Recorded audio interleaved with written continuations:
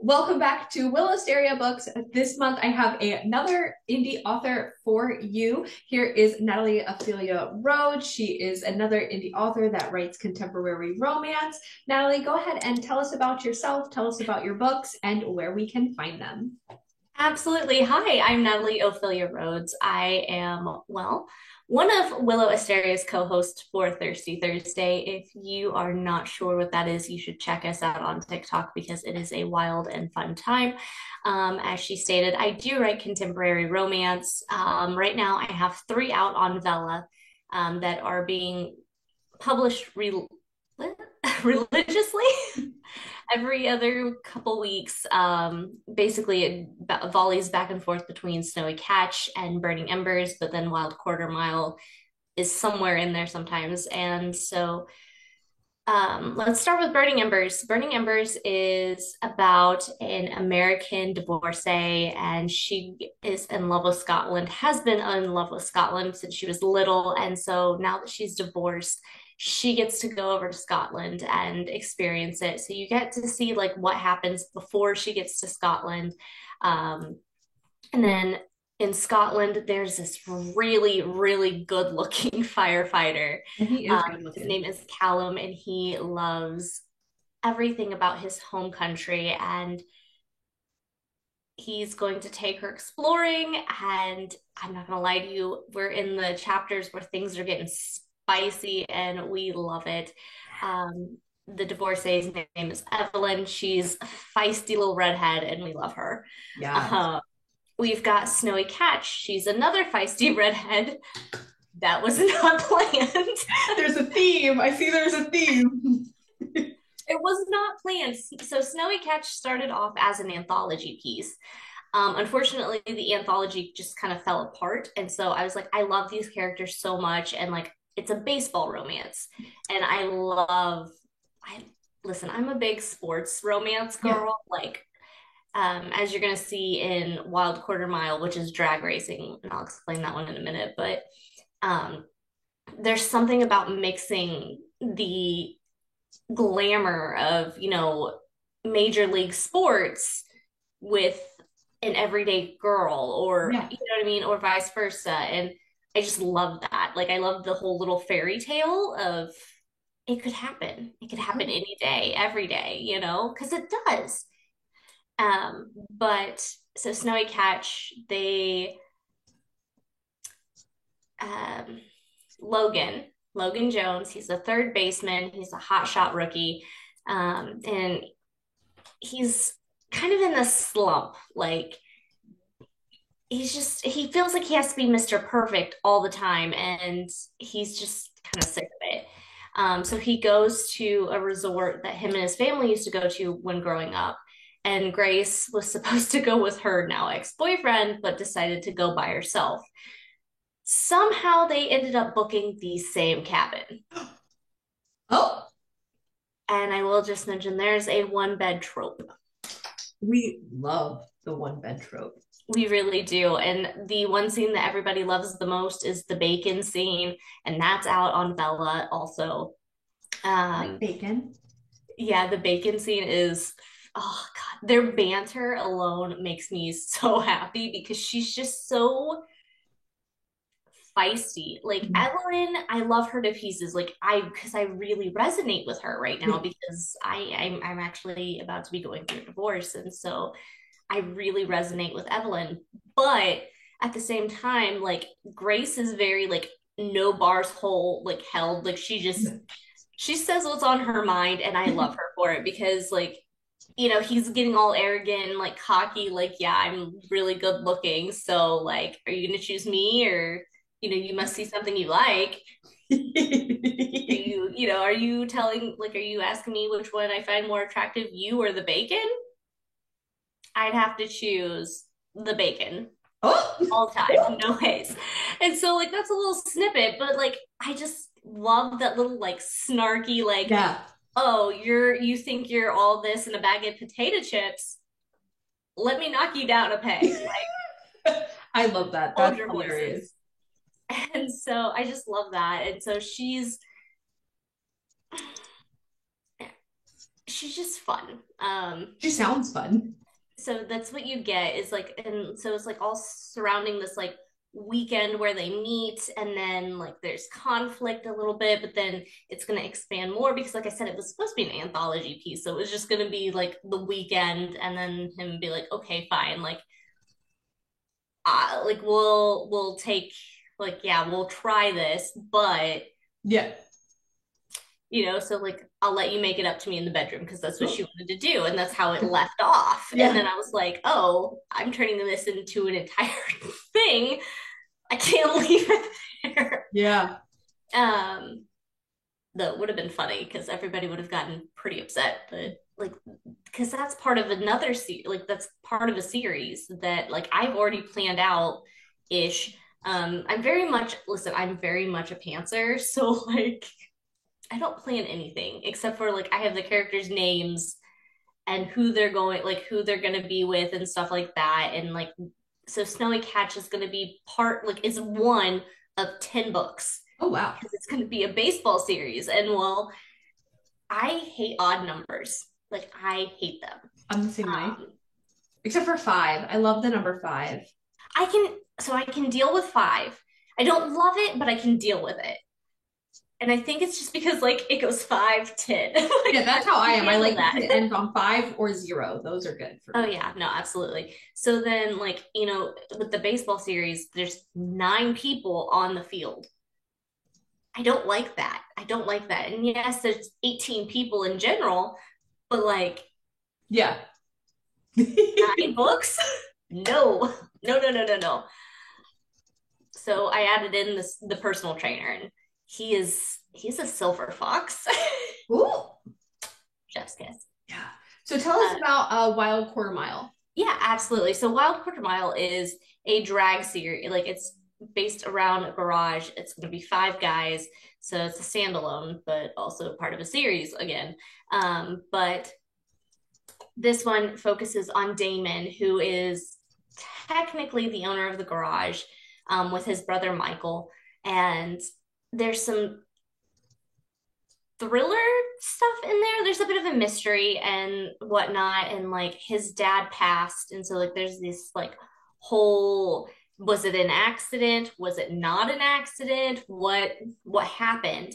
But his best friend growing up, Jenna, who he lost contact with for years because like her dad would drag her to the drag strip. Yeah. And then she got to a point where she was like, I'm a 13-year-old girl, dad. Like, I don't want to be spending time at a drag strip. Like, I want to go to the mall with my friends. I want to do this. So she didn't reach out to Damon, whatever, because she was young, And so they end up meeting again. It's instant lust.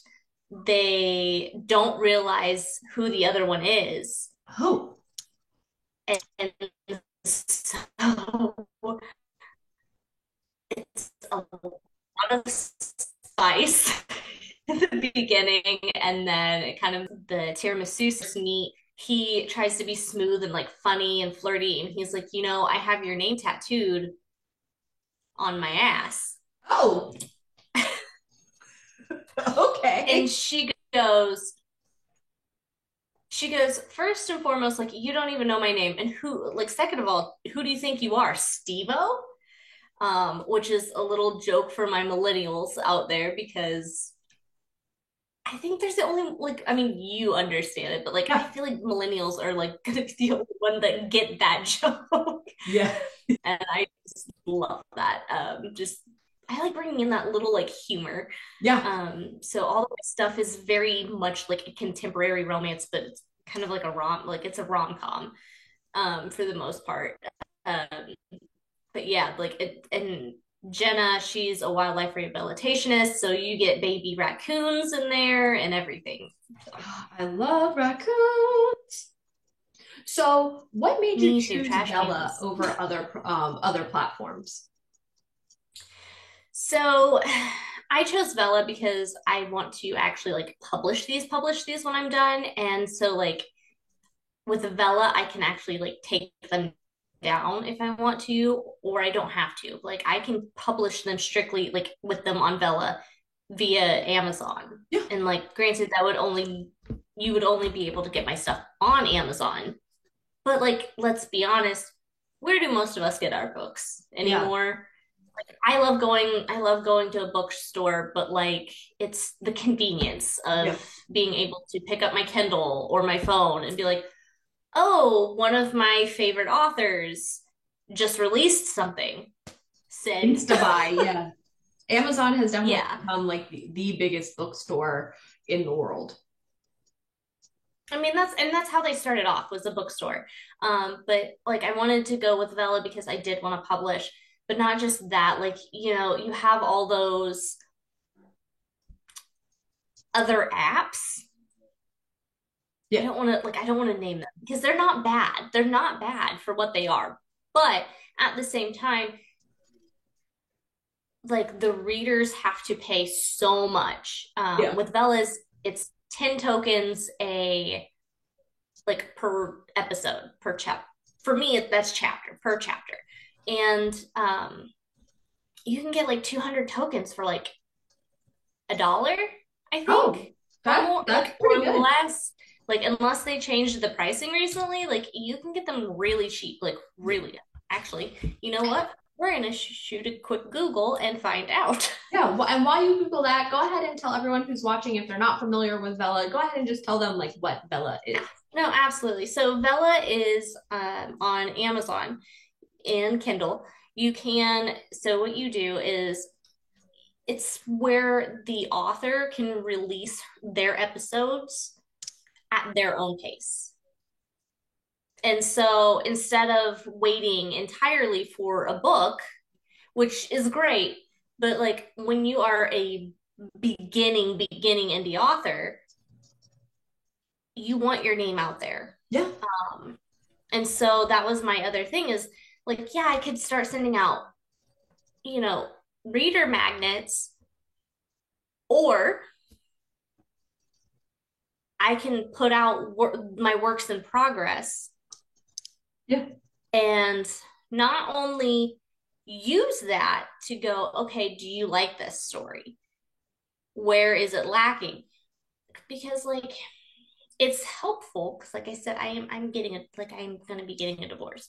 So that little extra tokenage does help. Like I'm Yeah. not gonna like as authors, like I'm not gonna lie to you and be like, it doesn't matter how many books we sell. For a lot of us, we do rely on that. And Yeah. um because one, it helps us get more books out for our readers. And I love that. And like we would be nothing without readers, For but sure. it's Yeah. just how it is. So you can get 100 tokens for 99 cents. That's 10 chapters, right? So you Yep. could read 10 episodes. That's actually Yep. pretty good. 300 tokens for 279. That is a good deal. Like it just goes up from there. So like you could get 2,000 tokens for $16.79. That's pretty good. That's pretty good. And that's a lot of tokens. Yeah. So what is one of your favorite scenes that you have written? One of my favorite scenes. Ooh, so my favorite scene is not even in Burning Embers yet, but it will be. And like it is the prettiest scene I've ever written. And like right behind that is, oh goodness, the scene where like in what's going to be book 2 for Burning Ember, or not Burning Embers, sorry, Wild Quarter Mile, is when Noah meets Emma for like the second time, which they're the best friends of Damon and Jenna, and Oh, they're gonna get together. And it's just he starts kissing on her in the hallway, and he's like, I wanted to. Basically, he's like convinced about how he wants to be like at an altar and worship her like the goddess she is, and he wants her to baptize any of the sins he wants to commit to and with her away. oh, Yeah, so like okay. that's book 2 of Wild Quarter Mile. Like I said, that's number 2, but then The Burning Embers one, they are in a little hotel that's family owned in the Isle of Skye. If you guys have never seen the Isle of Skye, do yourself a huge favor and Google it. It is beautiful. It's gorgeous. Um, and so they're going to be up there and it's going to be around Christmas time. And so one of my favorite songs around Christmas is What Are You Doing New Year's Eve? More importantly, by Kay Kaiser and his orchestra. So Yeah. it's a very big band, 1940s. And it's you can tell that when they recorded it, they also recorded the record. So you hear the little scratches from the record. Oh, I love that. I do too. So if you look it up on Spotify, that's how it is. But like it's gonna be playing like on an actual record and she's like looking at him and she's like, oh my God, like this is where I'm meant to be, is in like is here in Scotland with this gorgeous man. And then he takes her out on the floor and they start dancing. He kisses her and then he talks to her in Scots Gaelic, Ooh. or Galdic, if you want to get really technical. And she asks him what he said, and that's when he confesses his feelings. So you have a lot of different main couples across your different books. Which are your favorites? Honestly, I it's a tie between Evelyn and Callum and Logan and Grace. However, if I had to choose like which one of those two, like the two men would be my book boyfriend, 20 out of 10, it's Callum. Like, Yeah. hands down, this man is, listen, he is 6'3". Ooh, that's how you know me. I love me a tall man. Oh, me too, girl, me too. And he's a firefighter and he's Scottish and he's tatted and he's just rugged and just built and Hmm. this man is fine. And so a lot of not a lot, but like it's not just how he handles her and talks to her because like they just met.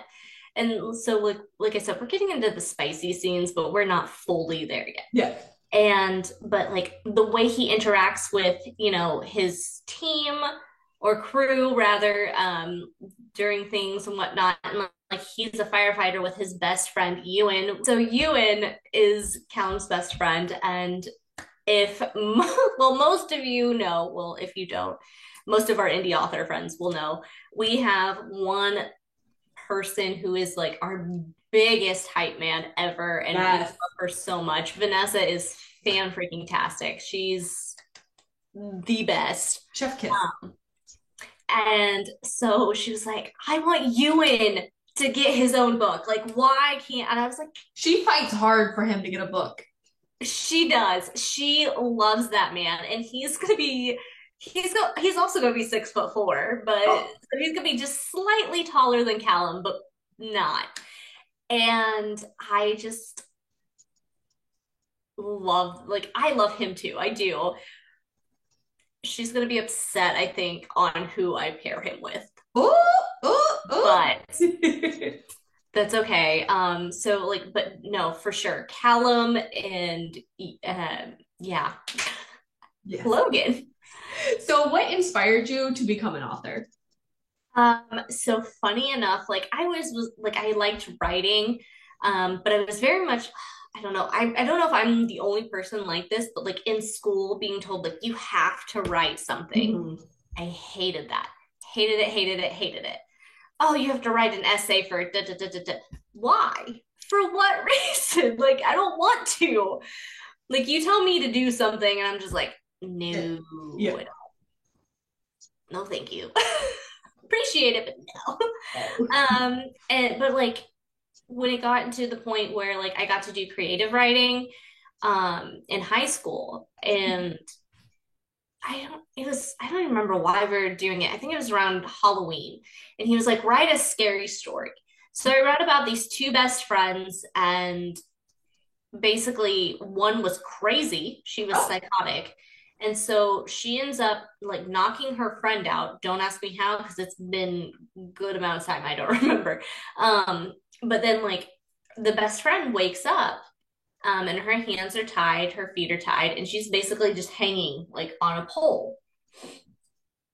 And her friend like dipped her in ice cold water and then was like dipping her in scalding water. So if you What? don't know what that's going to do, it's going to send your body into shock. Yeah. So again, her friend is crazy. Like she didn't know until now. And so that was my horror story for Halloween. And And that's what got you started. well, that's what got me started. But then I was just like, like life happens. Like for fluff's sake, I've gone to school twice to be a vet tech.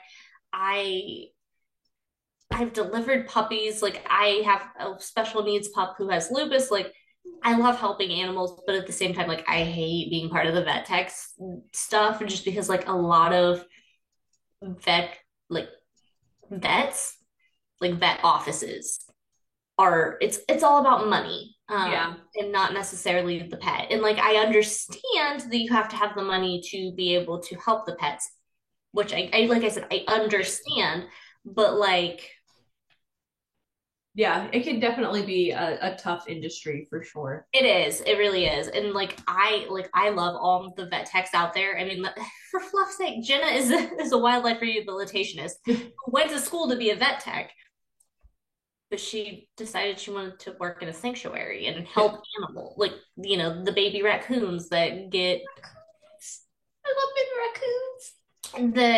the runt of the litter, that she like basically took to the most. Her name is Osita, which is Spanish for little bear. So sweet. Okay, so I like to ask the last question to be a totally weird question that is going to make you think outside of the box. So out of if all of your main characters were stranded on a deserted island, who would be the first to die and who would survive?